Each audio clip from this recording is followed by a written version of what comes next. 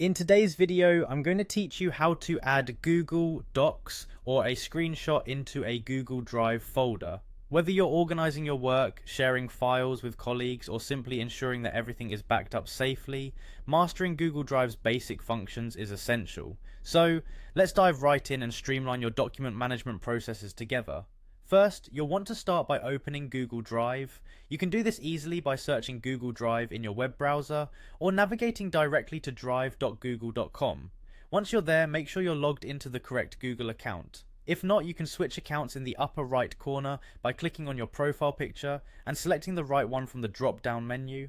Being in the right account is crucial as it ensures that the documents and images end up exactly where you want them. Once you're in your Google Drive home, the next step is to locate the New button, which you'll find in the upper left corner of the screen. This button is your gateway to creating new files and folders or uploading existing ones.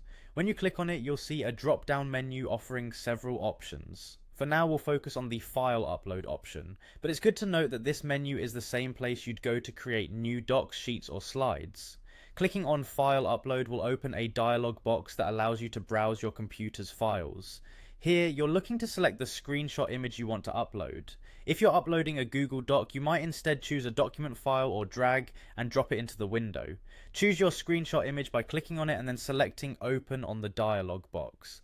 The file will then upload into your Google Drive. You'll be able to monitor its progress through a small notification in the lower right corner. If the upload takes time, it might be due to your internet connection speed or the file size, so just give it a moment. Finally, once your screenshot or document has successfully uploaded, you'll want to ensure it's in the correct folder within your drive. Move it by right-clicking the file and selecting the Move To option. A small window will pop up, allowing you to choose the destination folder. If you haven't created a folder yet, you can do so by clicking the New Folder button within that window.